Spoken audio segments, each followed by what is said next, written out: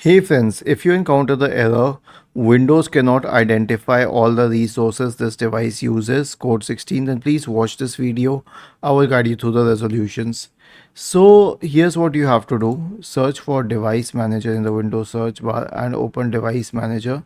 Then you'll have to reach the adapters in question. Let's say it is a display adapter. So go to properties and go to the resources tab. Now here it says no conflicts, but if there is a conflict, then you have to click on change settings, and after clicking on change settings you need to clear the option for use automatic settings.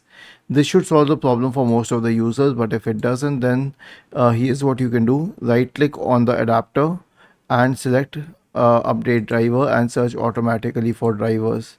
Then click on action and click on scan for hardware changes. After this,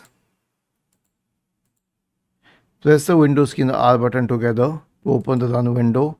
Type the command msdt.exe space -id space device diagnostic and hit enter. This will open the hardware and devices troubleshooter. Click on next and this will run the hardware and devices troubleshooter. Was this helpful? If yes, then please subscribe to the channel, and if not, then let us know in the comment section of this video on how we could help you further. Thank you for watching this video and have a nice day.